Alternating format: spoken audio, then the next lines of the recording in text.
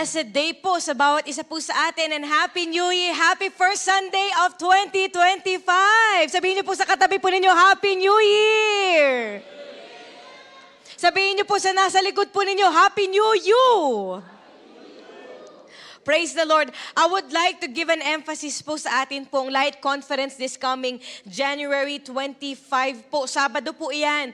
Please, let's make time together po as we bago po natin tuluyang lakaran ng taon ng 2025, napakahalaga po na tanggapin natin ang direction na sasabihin ng Panginoon. Sama-sama po tayong magpalakasan, sama-sama po tayong mag-encourage dyan, at let's continue to grow stronger together for the glory of God. Kaya naman, alam niyo po, kanina pa lang, 8:30 a.m. service pa lang po, 8 a.m. service pa lang po, ay talaga namang marami na nagpalista kay Coach Paulo Andaha. Si Coach Paulo Andaha, yun, praise the Lord. Kaya naman, after po ng our service, kung kayo po ay mas comfortable po kayo na mag-register physically po, kindly approach Coach Paulo Andaha. Sige, kaway-kaway ulit, Coach Paulo Andaha. Kita niyo po ba yan? Isa sa pogi po nating coach dito sa church. So, lapitan niyo po siya mamaya. Palista na po kayo. Pastora, paano yan kung wala pa akong pambayad? Okay lang po iyon. Hanggang sa, we still have 3 weeks po to save up para po sa ating conference. Kaya naman, kung gusto nyo po magpalista po muna, susunod na lang po, latter part na lang po kayo mag-pay. Okay lang din po iyon. Para po at least tayo po makita po natin, we can all join in together for what God is doing po sa atin pong simbahan. Amen po ba? Pwede po bang sabihin nyo po sa katabi po ninyo, don't miss it. Sabihin mo sa nasa likod po ninyo, see you there.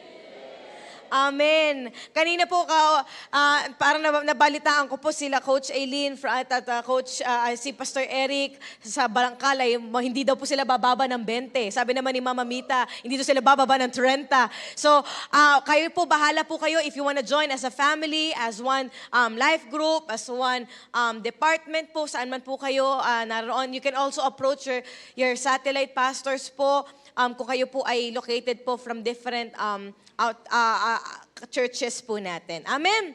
So, today po, let's prepare our hearts as we receive the word of the Lord for today. At bilang paninimula po ng series po natin, hindi lang na series ng panibagong taon ng 2025, taas po ang kamay ng nangangailangan ng fresh start. Nangangailangan po ba kayo ng fresh start? Tignan nyo nga po yung mukha ng katabi po ninyo. Mukha po bang fresh na fresh yan?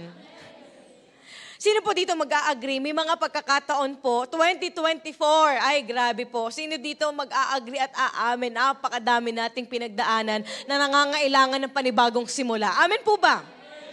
That's why today po, we're going to talk about having a fresh start. Having a fresh start, having a brand new start, because I do believe, that God has already set something before us. Sabi ng salita ng Panginoon, no eye has seen, no ear has heard, no mind has conceived the things that God has prepared for His people. Amen?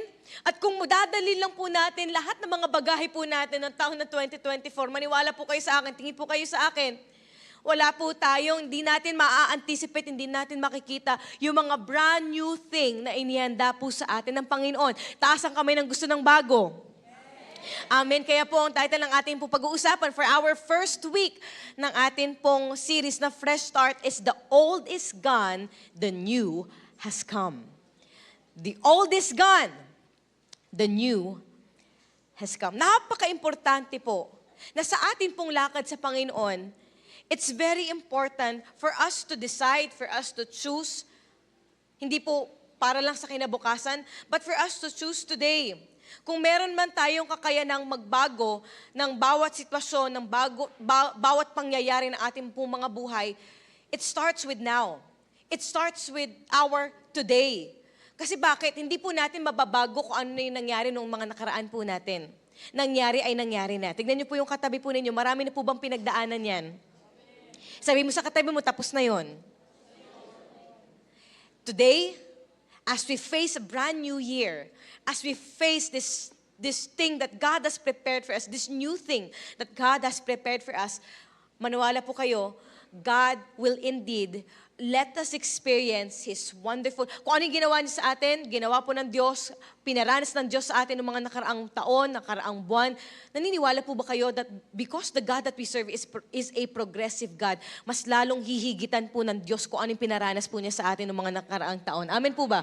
Do you believe in that, church? I remember po, this one excerpt na binanggit po sa sulatin ni Dale Witherington. At ang sabi po niya, in-emphasize po niya yung kahalagahan ng kasalukuyan. In-emphasize niya yung kahalagahan ng ngayon. And let's look on that po. At ano po ang matututunan po natin sa kanya sinabi? Sabi po niya that today is the most important day of my life. Yesterday, with its successes and victories, struggles, and failures are what? Is gone. Pwede po bang lakasan po ninyo yung mga fresh na fresh po dito? Lakasan niyo po. Is gone forever. Wala na. Sabi mo sa katabi mo, wala na. The past is past. Done. Finished. I cannot relive it. Though yung ilan po sa atin, wala po dito niya sa church, ang galing-galing umungkat, pagka nag-aaway na, nag-historical na, pero sabi mo sa katabi mo, wala na, tapos na. Sabi po niya, I cannot go back and change it. So, kung hindi na natin mababago yung ating mga nakaraan, anong dapat natin gawin? Anong sinabi po niya? Sabi po niya sa kanyang excerpt, but I will learn from it and improve my today. Today. Sabihin po natin today. Today, this moment. Now, bukas po ba? Babaguhin po ba natin yung kahapon natin? Hindi. Ngayon. Sabihin mo sa katabi mo ngayon. Bakit? Dahil ang kasalukuyan natin ngayon. Today is a gift from God to us. At ang sabi po niya, it is all that I have. There is power in what you decide today. For you to embrace the new thing that God has prepared for you. Church, there is power in choosing today. Though hindi natin mababago at walang mangyayaring at magagawa na yung mga nangyari sa ating nakaraan. At definitely hindi natin maa-anticipate at hindi po natin malalaman kung anong mangyayari sa kinabukasan. Pero napakalaki po ng magagawa ng kung ano yung magiging pagbabago po natin ngayon. Sabihin po natin ngayon. And maybe for some of us, sino po dito mag-agree na pinaka-the best na nangyari sa buhay mo ay yung makilala mo ang Panginoon? Taas ang kamay. Do you believe in that, church? Yung simula nung tinanggap mo ang Panginoon as your Lord and your Savior, everything has changed in your life. Everything has been transformed.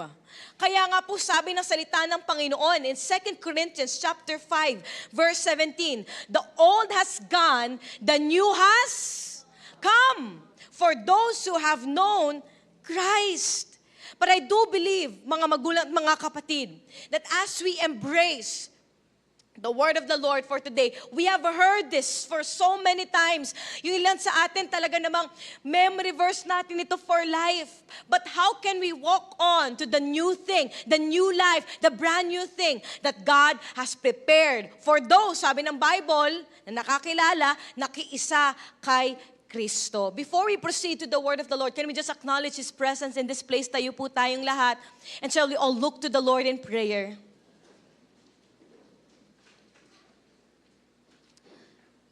Let's pray. Panginoon, marami pong salamat. Maraming salamat. We are here today all because of your grace, Lord. And Lord, as we dive into your word, Lord, help us illumine our minds, change our hearts, transform our lives, Lord God, from glory to glory, Panginoon, so that we can walk according to your will. We can walk in righteousness. We can put you first. Lord, this year, 2025, salamat, Panginoon, maiwan na dapat maiwan sa taon ng 2024, hindi na namin bibit-bitin yon. 2025 is a brand new year to start all over again with you, Jesus. Salamat po, Panginoon. Bless all your people who are here in this place. We open up our hearts before you. We rebuke any division. We rebuke any disturbance, Lord God, any spirit that will cause us to not focus on your word today, Panginoon. Lord, we want to solely, Lord God, focus only into your word, Lord God. Lord, kausapin mo po kami, mangusap ka sa bawat isa po sa amin. Salamat po, Panginoon. We welcome your presence here in the midst of us today. We give you glory, we give you honor. In Jesus' mighty name we pray. At ang lahat ng mga binago ng Panginoon sa lugar na ito ay magsabi ng Amen and amen. Makakaupo na po tayo ngayong araw po na ito. 2 Corinthians chapter 5, verse 17. The old has gone, the new has come for those who have known Christ. But the question is this, Pastora, kung binigyan na tayo ng bagong buhay ng Panginoon for those, taas nga po ang kamay na, alam mo, sigurado ka, nakakilala ka na sa Panginoon. Pastora, is it possible pa din ba na mag-strip away ako? Is it possible ba na ang taong nakakilala na sa Panginoon ay mag-drift away sa kanyang pagkakakilala sa Panginoon? Pwede po kayo sumagot. Is it possible po? Yes. Why? Because the Lord has given us a free will to choose what we want. Hindi po automatic na nung in-embrace natin ang pag-ibig ng Panginoon at kung anong ginawa ng Panginoong Jesus more than 2,000 years ago, automatic po nun, ang buhay natin perfect na. Ang buhay natin never na tayo magkakasala. Automatic, kumbaga parang robot na tayo, automatic susundin natin ang Panginoon. No. Because of His love for us, He has still given us a free will to choose what we want. But today, I hope and I pray that as part of deciding today, Lord, may mga nangyari sa buhay ko, hindi man naging perpekto ang buhay ko, hindi man naging perpekto ang lakad ko, nung mga taon na, Lord, nalilakad ko, sa'yo sa bawat taon. But Lord, today, help me to decide. Not, Lord, hindi sa gana ng aking lakas. Lord, help me to decide today, Panginoon, na tuluyan at magpatuloy na lumakad sa bagong buhay na binigay mo po sa akin. Are you here with me, church? Why am I talking about this? Because it's possible for us to experience the love of God in our lives. Yet, drift away kapag dumating na sa point ng buhay natin na nagkamali tayo. Are you here with me? May kausap po ba ako ngayong araw po na ito? Darating yung time, it will not be a smooth road. Feeling natin because we are being perfected from glory to glory, but it doesn't mean that we are living a perfect life. Darating yung time, kakamali ka. Tingnan mo yung apoy mukha ng katabi po ninyo. Darating yung times, madadapa. Sino po dito aamin na dapa noong taon ng 2024? May mga pagkakataon na aminin naman natin sa hindi. May mga pagkakataon na napabayaan natin yung relationship natin sa Panginoon. It's just that, pagpasok ng taon ng 2025, gusto natin magsimula naman talaga ulit kasama si Lord eh. Totoo po ba yun? Gusto mong bumalik. Yung alam mong may bagong buhay na naghihintay sa'yo, itutuloy mo na lang. Pero parang feeling mo on your end, nahihirapan kang magsimula ulit. Hindi ko po sinasabing, tatanggapin ulit natin si Lord as our Lord and our Savior. Kasi kung talagang totohanan naman talaga tayo nakakilala sa Panginoon, we receive Him as our Lord and our Savior, naintindihan natin Lord, that we're gonna walk in righteousness. We're gonna walk, Panginoon, Lord, ayon sa nais mo sa aming pong mga buhay. It's not us, hindi na po kami, pero Lord, ikaw na po ang masusunod sa aming pong mga buhay. But if we would agree with this, may mga pagkakataon po talaga, sino po dito mag-a-agree at makaka-relate, may mga pagkakataon na susunod pa rin yung gusto po natin. But all that God is reminding each and every one of us today, you don't have to, to start from the scratch. Ang sinasabi ng Panginoon sa bawat isa po sa atin, bumalik ka lang ulit. Because His grace is not only for those who are lost, but also who are found, but yet wandered and got lost again. Ang grasya po ng Panginoon ay hindi lang po para sa mga nawala at hindi pa po nakakaranas ng pag-ibig ni Kristo. But ang grasya po ng Diyos ay available din sa mga taong nahanap na ito, Pero dumating ang time na nawala, na drift away, nalayo na kanilang lakad sa Panginoon. Are you here with me, church? Naranasan na po ba natin ang grasya ng Panginoon? The grace that you know, hindi dahil sa sarili mong kakayanan, hindi dahil sa sarili mong karunungan, hindi dahil sa sarili mong galing, pero dahil sinamahan ka ng Panginoon at dahil mabuti ang Diyos sa buhay mo. But a lot of times, even as we face a brand new year, 2024, 2025, 2026, may mga pagkakataon sa buhay po natin, kahit na gustong-gusto natin mag-move forward, pero may mga pagkakataon, aspeto sa buhay po natin, na feeling natin that umaalipin po sa atin at humihila sa atin pabalik sa dati nating buhay. Nag-agree po ba kayo doon? Yung bang lalakad ka na sa bagong mong buhay, biglang pag dumating ang sitwasyon, babalik ka sa yung nakarinig na po ba kayo uy, dati magagalitin yan, pero ngayon ang bait-bait na niyan. Tapos kung kailan sinabihan ka ng mabait na, saka ka ilalagay sa sitwasyon na talagang pagkagalitin ka ng pagkagalitin. Mawawala ang patience mo, mawawala yung hanggang sa nakita na naman ng mga tao na sa paligid mo, ay, hala, akala ko ba nagbago na yan? Bakit ganyan na naman yan? Andiyan po ba tayo? Sabi mo sa katabi, relate much. Ano po kaya yung mga umaalipin sa atin? Gustong-gusto naman natin lumakad ng bagong buhay, pero may mga sadyang aspeto sa buhay natin na pilit magpapabalik sa atin para makita natin na, hindi mo deserve magbago buhay kasi ganyan ka. Kasi ganyang ginawa mo. Kasi nagkasala ka. Ay, alam ko yan. Ginawa mo yan. Hindi nakita ng mga taong nasa paligid mo. Are you still a slave of something? We want something new from God, but hindi natin na-realize na may mga aspeto sa buhay po natin na umaalipin pa rin po sa atin. Are you still a slave of immorality? Are you still a slave of dishonesty? O kawalan ng pagbabago ng buhay? Well, good news, actually, it's kind of a good news kasi, ang sabi din ng Bible, everyone has sinned. No one is exempted. Yan po ang sabi ng Bible. In Romans chapter 3, 10 to 12, as the scripture says, no one is righteous, not even one.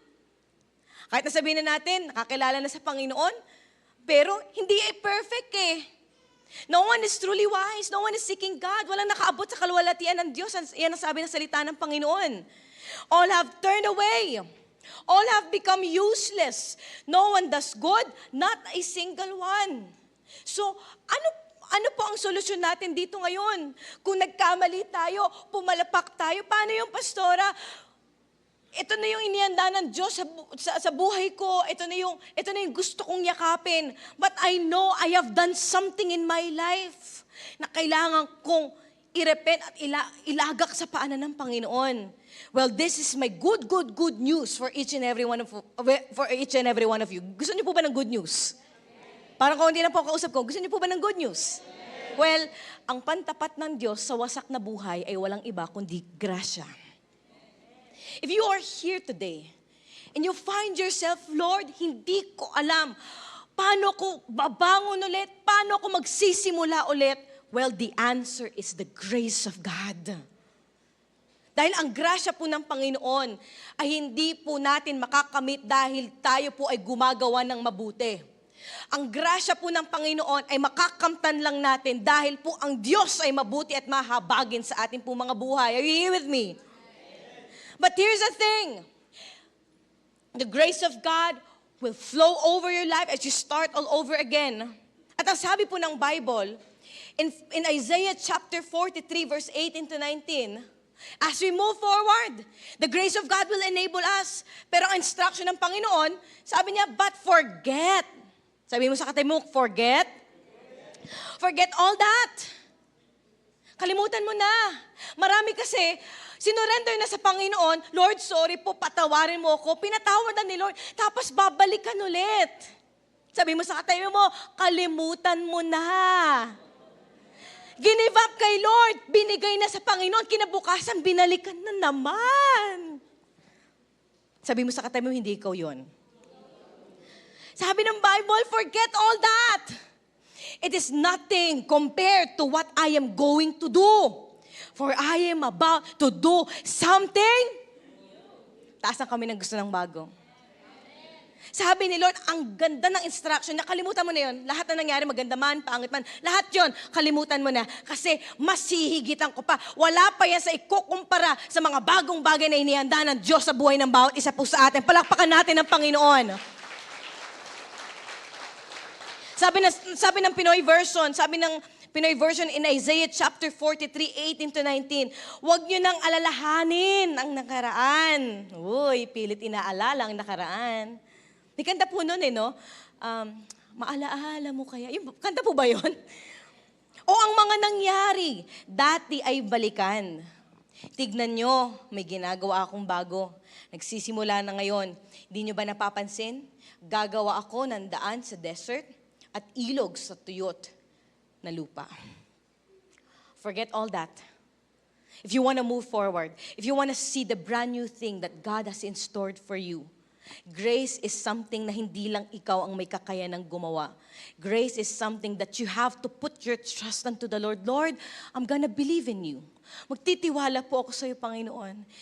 Lord, bibitawan ko to, Panginoon. And instead of clinging on, Lord, sa lahat ng mga nakaraang nangyari sa buhay ko, lahat ng mga kapalpakang nangyari sa buhay ko, Panginoon, Lord, I'm gonna cling on to your promises in my life. At salamat sa Panginoon because more than 2,000 years ago, Jesus came at the right time to give us a new life. Sabihin po natin, new life. Possible yun, mga kapatid. Sabi na salita ng Panginoon, John 8:12. I am the light of the world. Whoever follows me will never walk in darkness but will have the light of life. May liwanag. Miserable ang buhay, miserable ang taon. Kapatid, sa Panginoong Yesus may pag-asa. Feeling mo nagsarado ng daan para sa'yo, nagsarado ng daan ng gusto mong tahakin, ng pangarap mo. Diyan ka nagkakamali, kapatid, kasi may pintuan pa na paalis diyan sa kinasasangkutan mo ngayon. Are you here with me? But, here's what it says. Here's the offer of the Lord. John 14 verse 6, Jesus answered, I am the way, the truth, and the life. No one comes to the Father except through. Sabi na salita ng Panginoon, sabi ng Panginoong Hesus, siya lamang.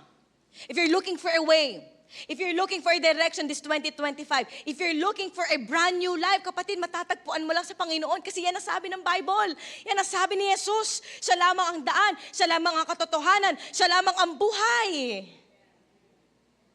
The old is gone, totoo yun. The new has come because Jesus will become our life. Dati sarili pa natin kagustuhan. Pero ang totoong nakakilala sa Panginoon. Tignan po natin, 2 Corinthians chapter 5 verse 17 in the NLT translation. This means that anyone who belongs to God, lahat ng belong sa Panginoon, taas ang dalawang kamay. Sabi doon, has become a new, what? New person. The old life is gone. A new life has begun. In the Pinoy translation, kung nakipag-isa na kay Christ, pag-isa, ang isang tao, bagong creation na siya. Wala na yung luma. Bago na ang lahat. Diyan po papasok yung salitang bago, yung new. From the Greek word, it means kainos. Something fresh, something that you haven't experienced before. Kaya lang, ang ganda ng disenyo ng Panginoon sa atin, ang ganda ng plano ng Panginoon sa atin for us to enjoy this life and have it full. Yan ang sabi ng salita ng Panginoon.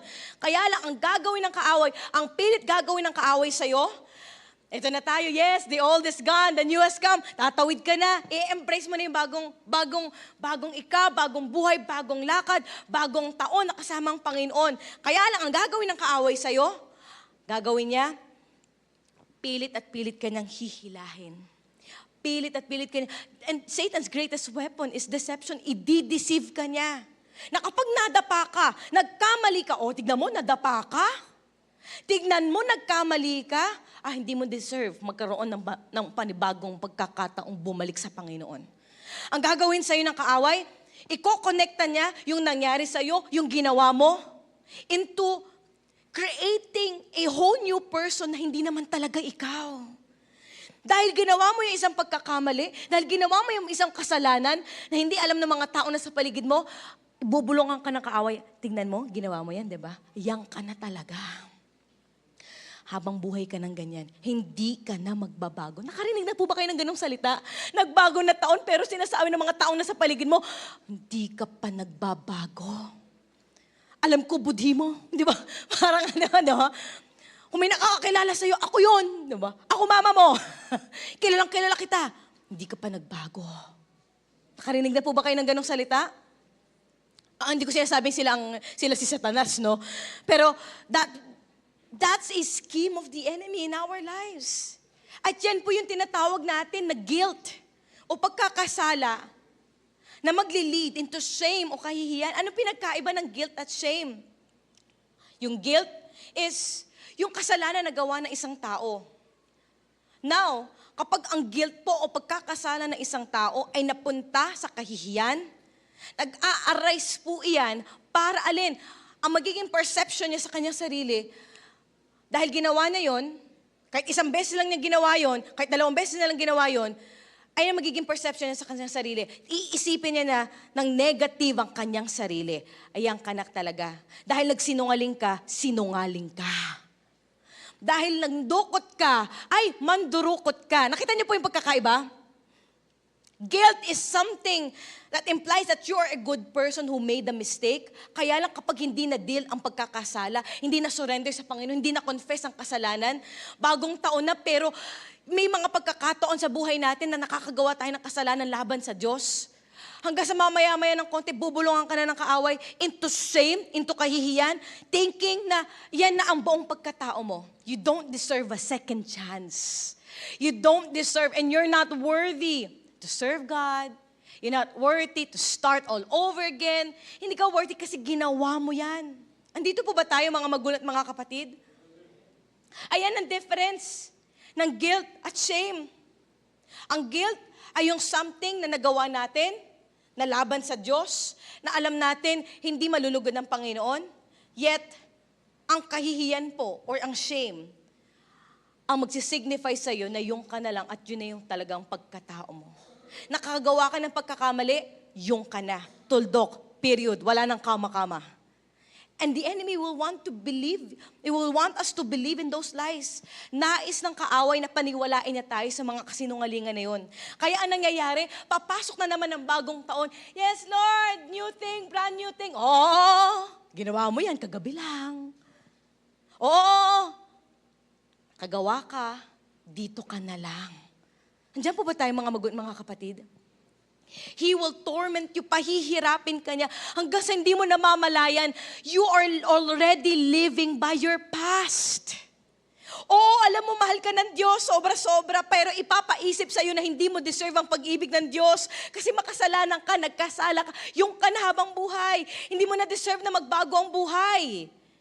And what the enemy wants is to shame you, pahiyain ka.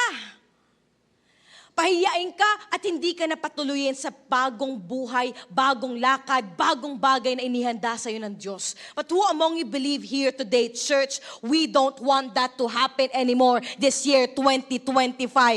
Are you here with me? Because why? The old has gone. The new has come. If you truly believe in Christ, and you are being united in Christ, kasi sabi ng Bible, nakiisa kay Lord eh. Ang taong totoong nakiisa kay Lord, nagbabago ang buhay. Tignan niyo po yung mukha ng katabi po ninyo. Ngayon, Pastora, paano kung nadapa ako? Paano kung nag-failed ako sa aking lakad sa Panginoon? If you have failed last year, if you have made mistakes last year, I want you to receive this truth right now, that you are not your past failures.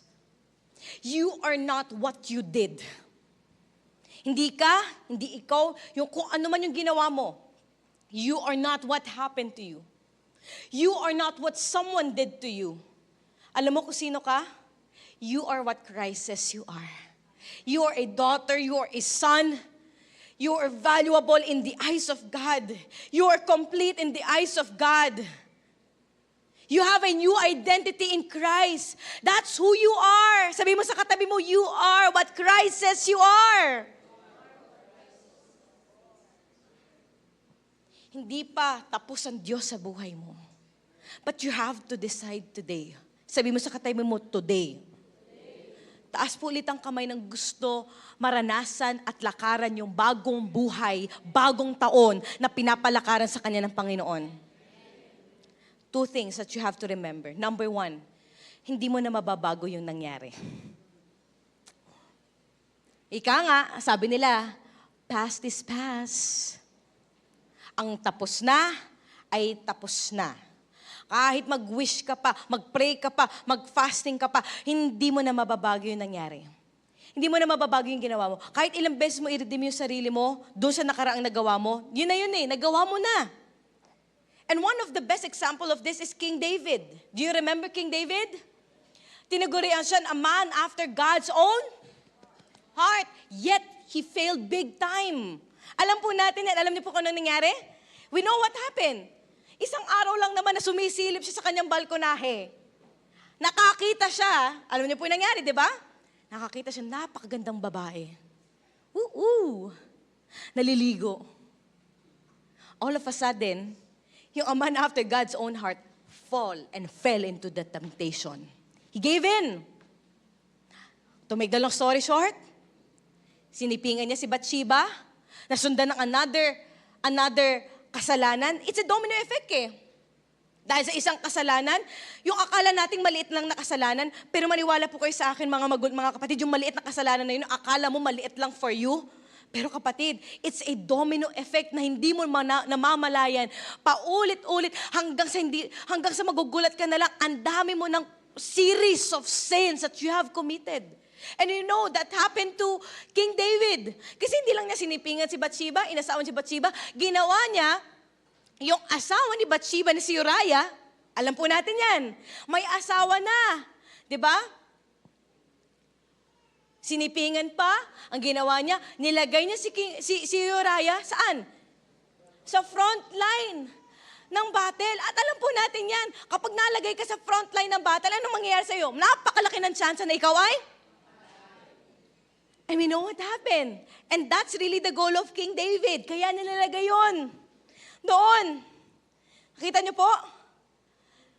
Nagkaroon na ng lust, selfishness, deceit, betrayal, adultery, and even murder. Ang nangyari? Nabuntis si Bathsheba after 9 months, ipanganak yung bata. Kaya lang kinausap ni Lord si David.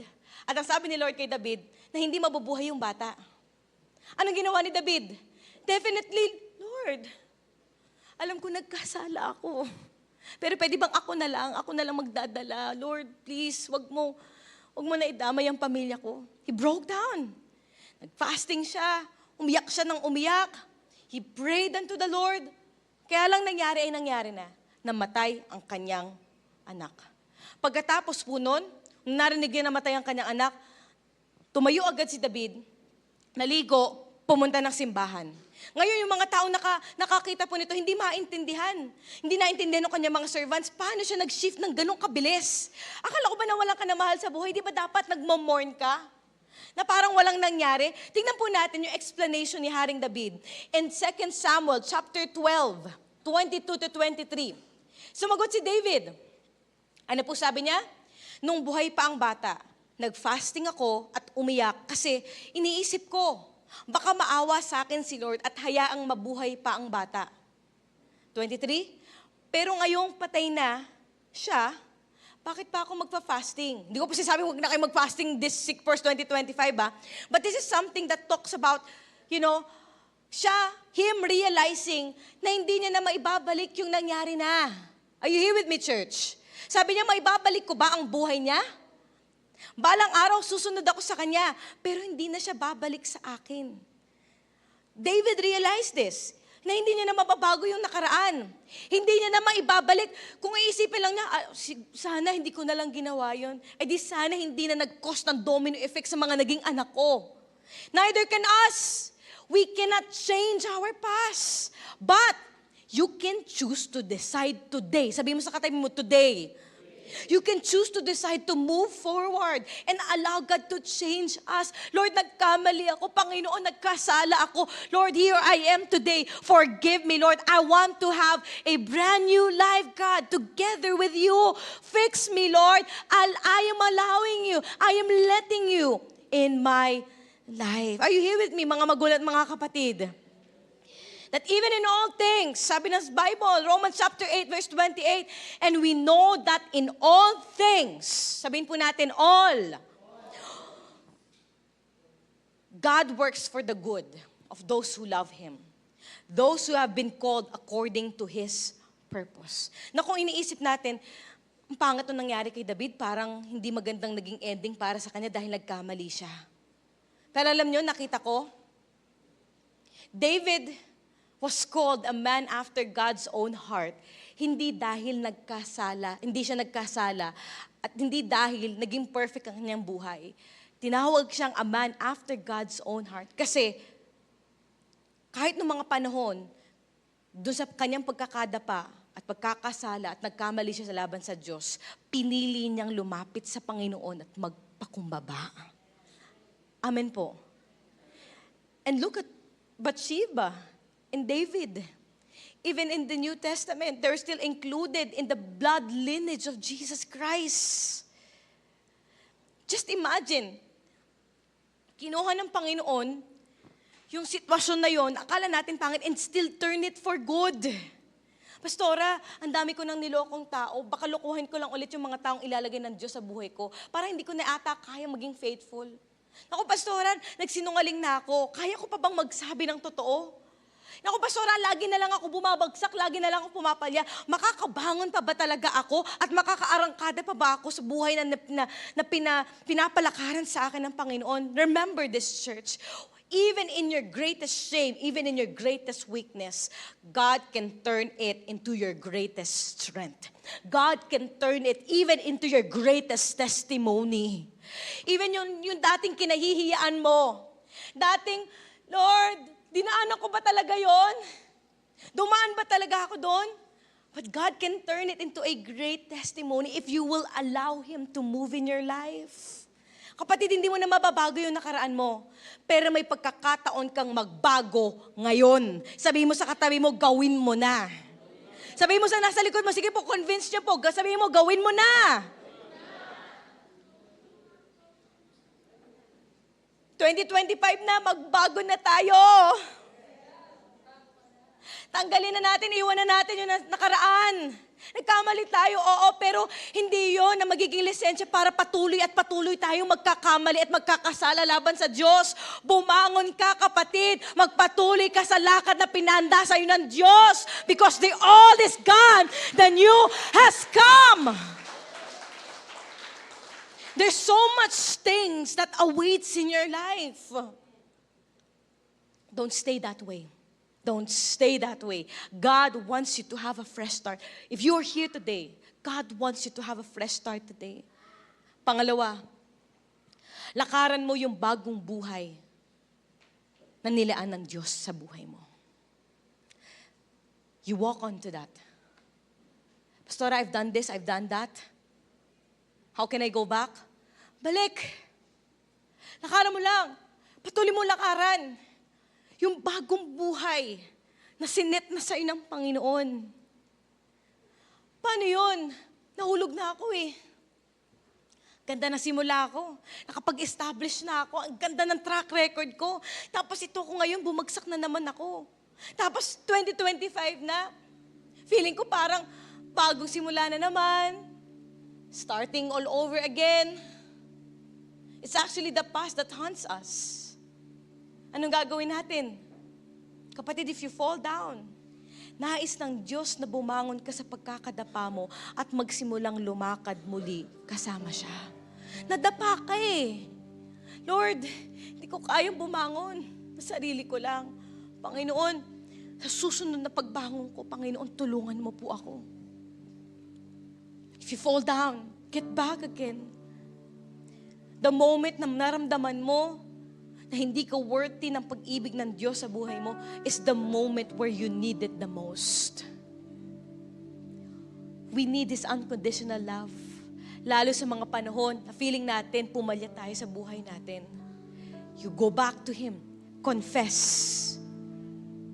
And let the grace of God enable you. Hindi siya maging lisensya para magpaulit-ulit ka sa dati mong buhay. No. Let the grace of God enable you to walk on to the new life that God has set for you. Go back. Go back. 2025, the new has come into your life. Ang failure mo ay hindi pang finale ng buhay mo. Remember that. Your failure never has the final say in your life. Gagawin ng Diyos sa'yo with His love, His grace, what Christ has done on the cross more than 2,000 years ago. Hihilain ka niya paangat. Iaangat ka niya kung saan ka nadapa. Kung saang bingit balong ka naroroon, iaangat ka niya. He will pull you up again and say, Nak, it doesn't matter where you go, what you've done. Ang mahalaga, lakaran mo muli. Lakaran mo yung bagong buhay na nilaan ko para sa'yo. If you will only give your whole life to the Lord. Pastora, gusto ko magbago. Gusto ko ng bagong buhay. Then, you give your life completely to God. Hindi mo kailangan ng assurance ng tao. Hindi mo kailangan ng sasabihin ng tao. It's good. May tapik tayong nararanasan na sa mga tao na sa paligid natin. But you don't need someone's assurance. You don't need someone to complete you. In Christ, you are already complete. Siya lang. 2025, siya lang ang kailangan natin. Pastora, paano yung emotional needs ko? The Lord will supply all your needs. 2025, lagak natin sa Panginoon. Lord, naniniwala ako sa'yo. Kompleto na po ako, Panginoon. He will be our everything because Jesus is our life. Do not hesitate. Huwag ka na magtira. 2025, bigyan na natin lahat sa Panginoon. And I will close to this story. Dalawang mama, dalawang lalaki in the Bible, parehas nagkamali.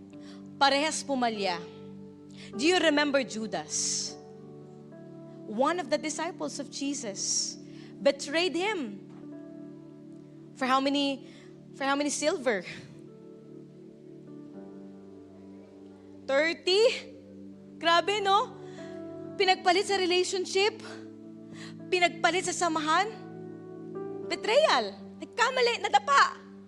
Kaya lang ang ginawa ni Judas, instead na mag-sorry siya sa Panginoon, dahil nakagawa siya, nadapa siya, nagkamali siya, saka lang niya napagtanto, ang ginawa niya, tumakbo siya papalayo, umiwas siya, hanggang sa hindi niya na nakita, nawalan siya ng pag-asa. Kahit ang sarili niya, kinamuhian niya dahil sa kanyang ginawa. We know the story. He even took his life. Peter, same thing. He even betrayed Jesus.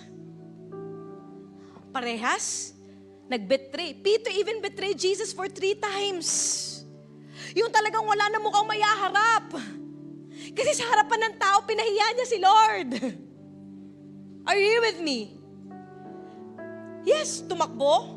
Bumalik sa kanyang dating buhay. Bumalik sa kanyang buhay na pangingisda bago siya tawagin ng Panginoon. Yet, I believe in my heart that he was just waiting for Jesus to come back to him. At alam po natin nangyari, Peter received and experienced forgiveness from the Lord. He started his life again.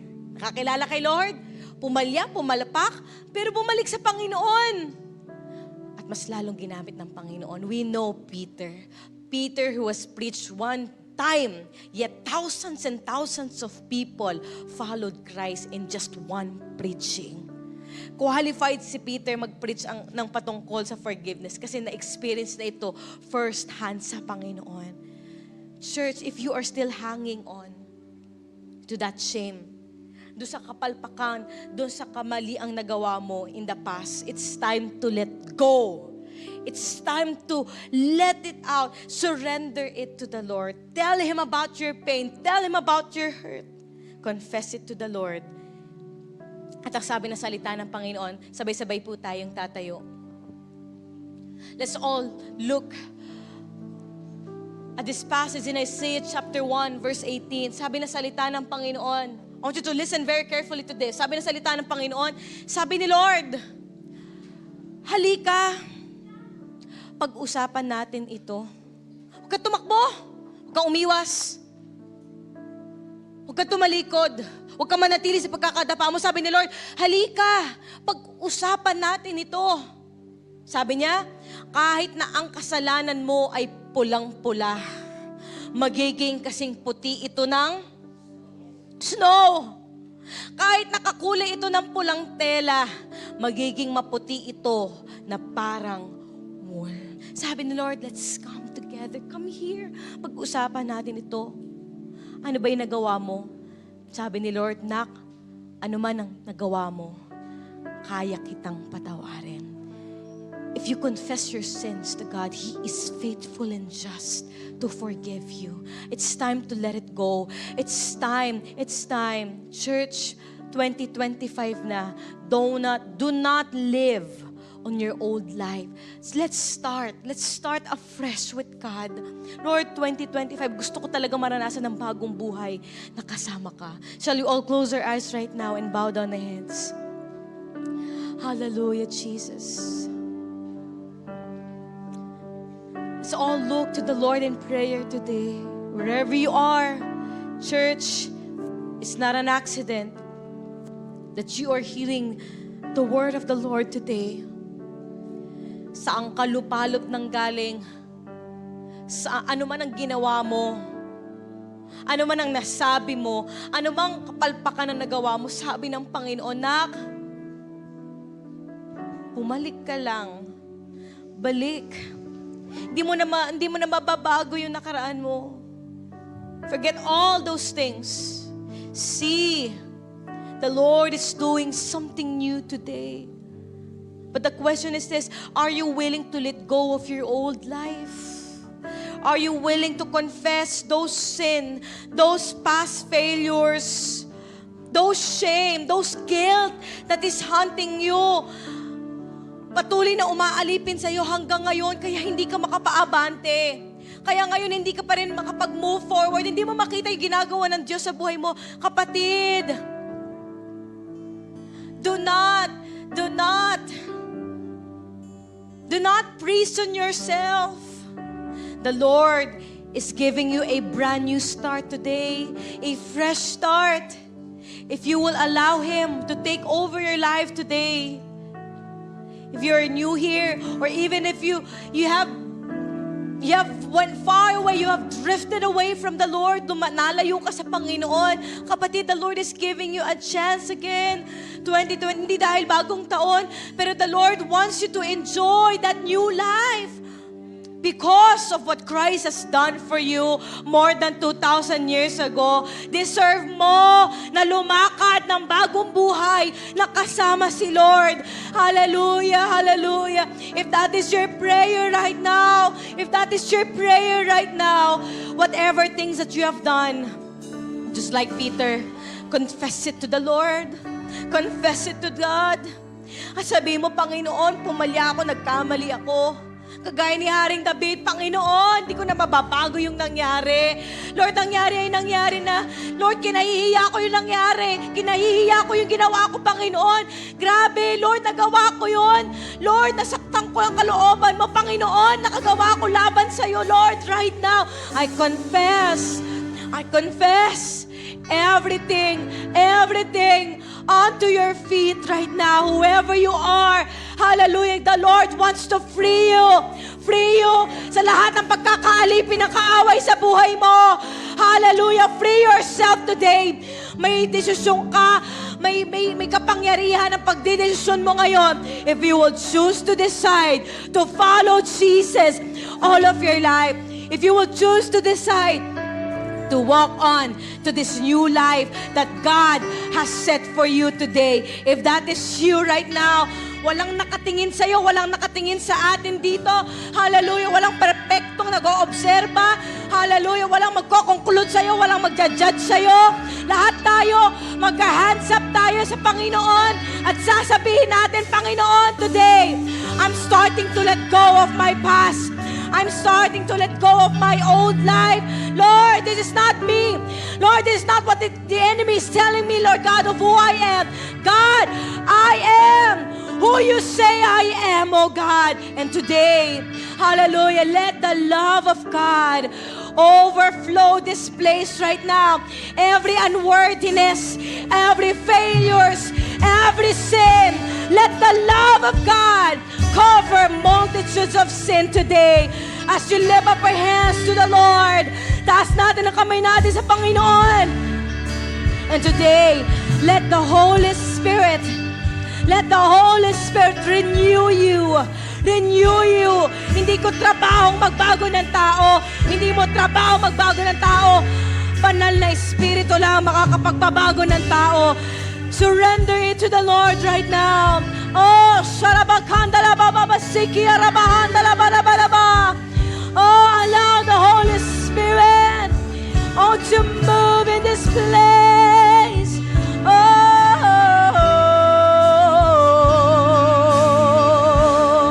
let us sing to the Lord.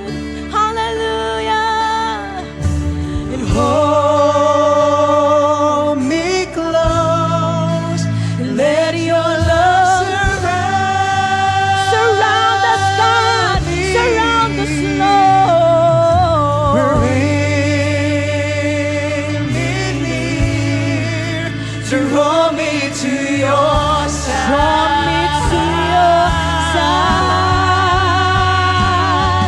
And as I wait, our eyes are like an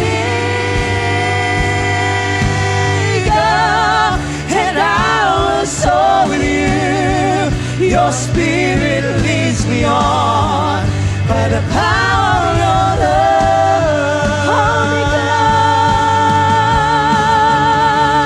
Sing it out, church. Hold me close, let your love surround me. Oh, bring me near. Bring me near, draw me to your side.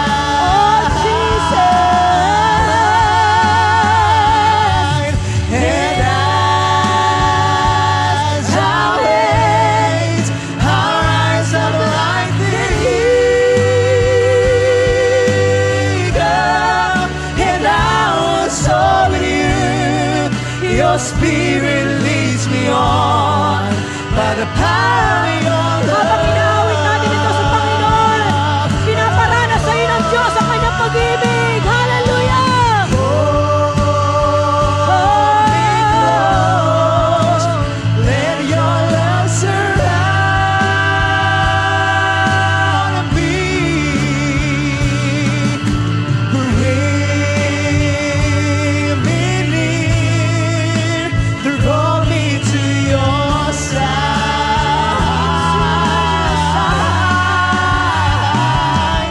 And as I wait, our eyes are like an eagle, and I will soar with you. Your spirit leads me on by the power of your love. Lord, because of your love for us, we're only able to soar on high like eagles, Lord. Kaya namin kayang umabante kung wala ka, kung walang pag-ibig mo. Let your love, God, let your love, Lord, help us to move forward and see the new things that you have prepared for us. In Jesus' name, in Jesus' name, whoever you are right now, sino man po sa inyo dito ngayong araw na ito, nag-surrender ng kanyang buhay sa Panginoon, nag-confess ng kanyang mga pagkakasala, nag-confess ng kanyang mga pagkakamali laban sa Diyos. Today, The Lord is reminding you of your new walk with Him. Bagong buhay, bagong taon, bagong buhay, bagong ikaw, bagong identity, bagong karakter. Ipagpapatuloy mo lang ang sinimulan ng Diyos sa buhay mo, kapatid. And the Lord will be with you. The Lord will be with you. His grace will be with you as you stand for Him, as you follow Him all the days of your life. The old is gone. The old is gone. The old is gone. Iwan na. Iwan na lahat. Iwan na lahat. Sabi mo ngayon sa Panginoon, Lord, iniiwan ko na lahat. Lord, iwan ko na lang. Lahat ng aking nakaraan. Lahat ng aking pagkakasala. Lahat ng aking pagkakasala. Lahat ng aking nagawa. Lahat ng aking Lahat ng nangyari. lahat ng nangyayari. Iniiwan ko ng lahat. Iiwan ko na lang. Niyayakap ko na ngayon. Niyayakap ko na ngayon. Lalakaran ko. Lalakaran ko. Tatayuan ko Tatayuan ko ang bagong buhay ang bagong buhay. na pinapalakaran mo sa akin. Pinapalakaran ko sa Salamat po. Taas po natin ang kamay natin sa Panginoon. Today, first Sunday of this year, 2025, uunahin natin ang Panginoon. Hallelujah. Pra-priority natin ang Panginoon. Hallelujah. Amen. Lord, panalangin namin lahat na nakataas ang kamay sa iyo, Panginoon. Lord, walang mawawala sa pangalan ni Jesus. Lord, sineselyuhan po namin sa pangalan ni Jesus anumang pilit at pilit, paghila ng kaaway sa amin upang kami bumalik sa dati naming buhay. Lord, right now, in the mighty name of Jesus, Lord, I am sealing, Lord God, in Jesus' name, all of your people who are here in this place right now, in Jesus' name, hallelujah, their new walk with you, their new identity with you, their new, Lord God, their new life with you, in Jesus' name, in Jesus' name. Walang mananakaw ang kaaway sa amin ngayong taon ng 2025. In Jesus' name, magtatangka siya, pero wala siyang mananakaw sa amin. Hallelujah. Pagkat tumalakad kami sa kalooban mo, Lord. Panginoon, lalakad kami sa bagong buhay na pinagkatiwala mo po sa amin. Today, let's receive the prayer blessing. The Lord bless you and keep you. I receive. May His face shine upon you. I receive. The Lord bless the work of your hands. I receive. The Lord prosper you. I receive. May the Lord bless your year 2025. I receive. May the Lord expand your territories.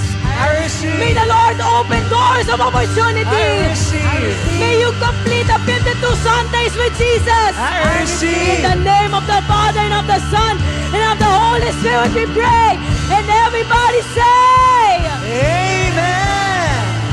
God bless you all po. Tapos na po ang ating gawain.